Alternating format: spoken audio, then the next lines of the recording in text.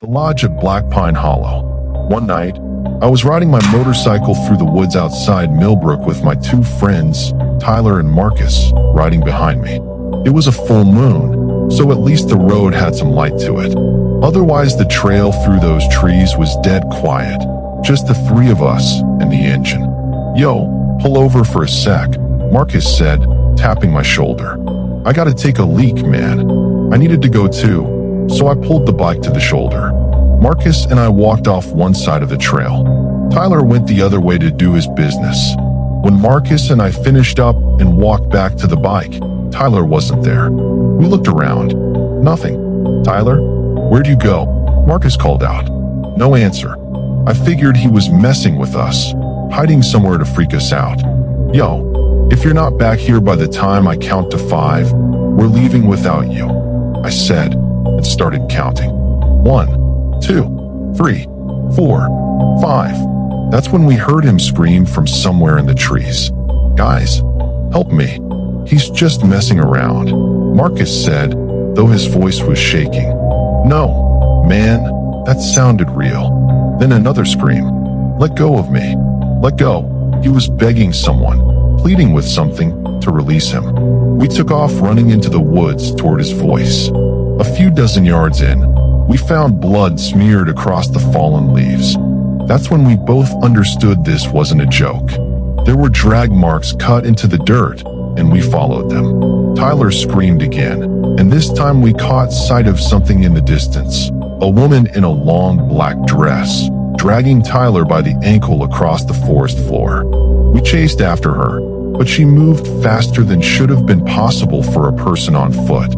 Within seconds, she vanished completely into the trees, Tyler's screams fading with her. We kept following the drag marks. They led us straight to an old 2-story lodge sitting dead center in the woods. Weathered wood, vines and weeds crawling up the siding, windows dark and grimy. It looked like it had been abandoned for decades. Right as we reached it, one more scream tore out from inside. Then silence.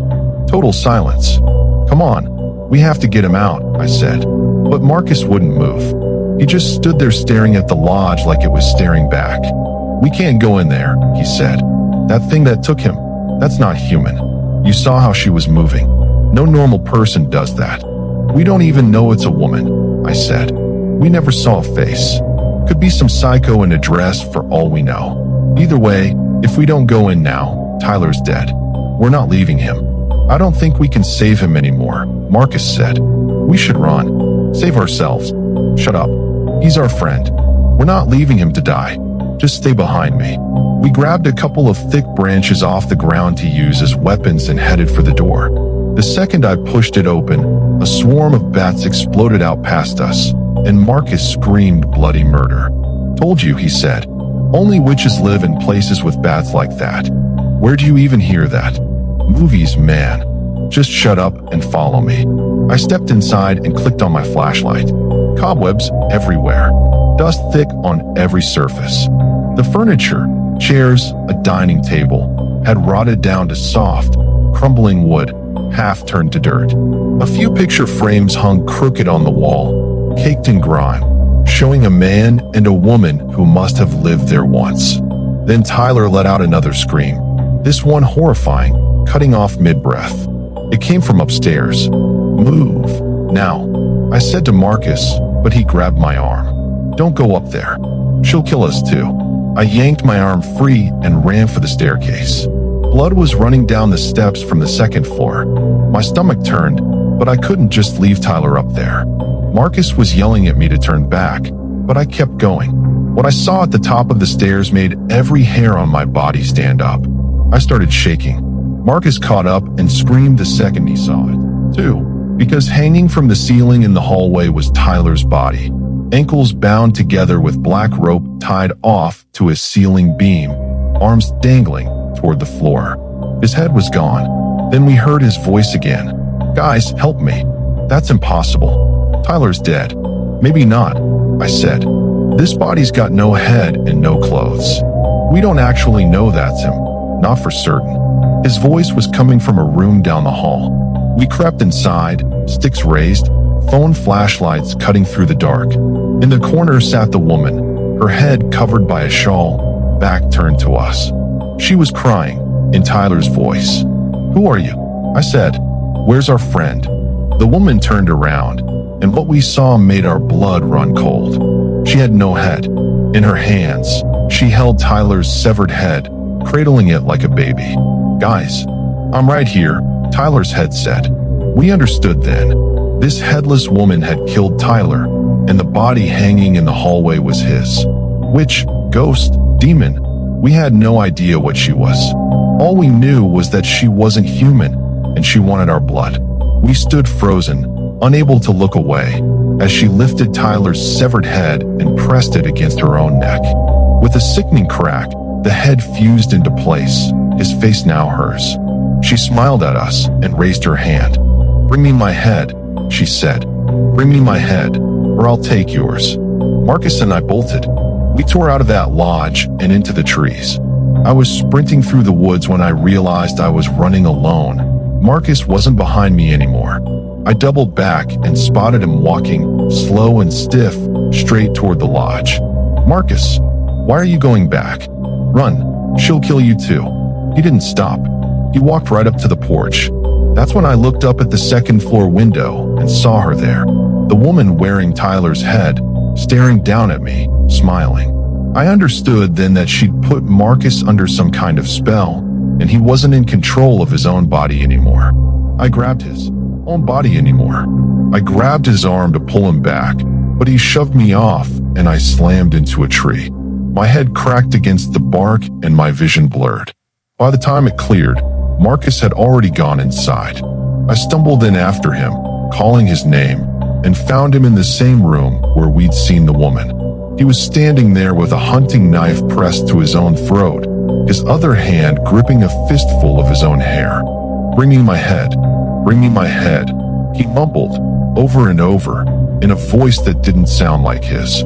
Then, right in front of me, Marcus dragged the blade across his own neck and severed his head with his own hand, catching it in his right palm before his body collapsed, blood spraying from what was left of his neck. I felt the floor drop out from under me. "Scared?" Tyler's voice said from behind me. I turned. The headless woman was perched in the window frame, still wearing Tyler's face. I bolted for the door, but she was already there ahead of me, blocking the exit. "What do you want?" I shouted. "What do you want from me?" "My head. Find my head and bring it to me. If you don't, I'll take yours instead." I understood. Someone had murdered her and taken her head, and her spirit had been searching for it ever since, unable to rest. I had no choice left but to help her. I don't know anything about what happened to you," I said. "If you want me to find your head, you need to tell me everything. What happened the day you died?" "My husband and I came out here on a summer vacation," she said. "We rented this lodge for the trip. That day, he went down to the pond behind the house to fish. I stayed back at the lodge alone. Someone knocked on the door. I opened it, and there were 3 young men standing there, maybe 19, 20 years old, camping bags on their backs. One of them held out an empty water bottle. "Ma'am, we're out here camping and we ran out of water. Could we get a refill?" He'd clearly been drinking, but I didn't want to turn away someone in need. So I let them in and went to the kitchen to fill the bottle from the fridge. Someone grabbed me from behind and covered my mouth before I could scream. 2 more came at me from the front. All 3 had broken into my house, and their intentions weren't good. But then my husband came back from fishing and saw them holding me down. He dropped the one fish he'd caught and threw himself at them. One of the men stabbed him with a camping knife. He died right there on the floor, still fighting. I bit down on that man's hand as hard as I could. It made him furious. He stabbed me too, and I dropped to the ground. He was completely out of his mind, drunk and raging. He took the knife to my neck and cut off my head. He held it up in his hand. The last thing I saw was my own headless body on the floor before everything went black. When my spirit woke up, it wasn't whole. My body had been buried under an oak tree behind the property, but my head was never found. My soul is incomplete. That's why I need my head back. Once you bring it to me, you'll need to burn my bones together with my head. Only then will I finally be free, and only then will you be released from me." I was stunned. None of that told me where the head actually was. "What's the last thing you remember hearing right before you died?" "They were talking about frying the fish, eating it." I thought it over. "You said your husband threw down the fish and went after them, which means they'd only caught one fish. That's not enough to feed 3 grown men. They must have gone back down to the pond to catch more after everything happened. And I'd bet money one of them carried your head down there with him. And that's where he got rid of it. Threw it in the water. Then go. Find my head in that pond." I didn't have another option. If a stranger needed to get to that pond, there was only one path that made sense, the same one those men would have taken. So I followed it out to the water behind the lodge. I stood at the edge of the pond, figuring this had to be the spot. I noticed a few empty coconut shells scattered along the bank. Didn't think much of it. I picked up a rock about the size of a human head and dropped it into the water as a marker, then started diving, searching a 5-meter radius around that spot.